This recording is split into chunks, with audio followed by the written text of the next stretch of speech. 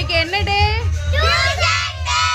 Hi friends, இது part 2 video தான், celebration video. அதுக்கு முன்னாடி என்னோடய ஐடியா ஃபாலோ பண்ணிட்டு வீடியோ ஃபுல்லாக பாருங்கள்.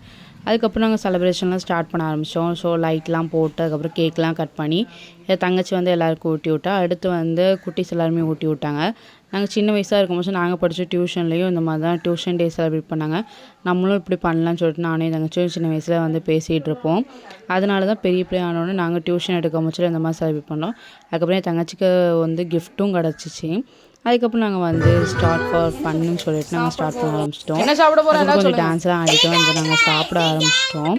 சிக்கன் ரைஸ் தான் அம்மா செஞ்சாங்க. அதுக்கப்புறம் ஜூஸு, கேக்கு, கிஃப்ட்ஸு இதெல்லாம் வாங்கினோம். ஃபஸ்ட்டு வந்து எல்லாருமே ஹாய்லாம் ஒவ்வொருத்தராக சொல்லி ஜாலியாக உட்காந்து நாங்கள் ரவுண்டாக உட்காந்து சாப்பிட்டுட்டு இருந்தோம்.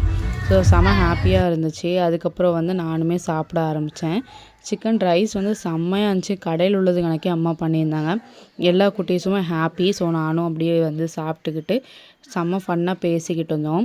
அதுக்கப்புறம் லாஸ்ட்டாக வந்து ஜூஸ் தான் குடித்தோம். ஜூஸ்லாம் குடிச்சு முடிச்சு திருப்பியும் நாங்கள் வந்து டான்ஸ்லாம் ஆடிக்கிட்டு இருந்தோம்.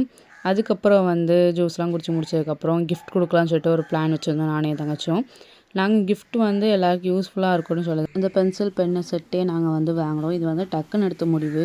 ஸோ நான் அடுத்து என்ன கிஃப்ட் வாங்கலாம்னு சொல்லிட்டு ஐடியாவே இல்லை. அதனால் எல்லாருக்கும் யூஸ்ஃபுல்லாக இருக்கும்னு சொல்லிட்டு இந்த மாதிரி கிஃப்ட்டே வாங்கிட்டோம்.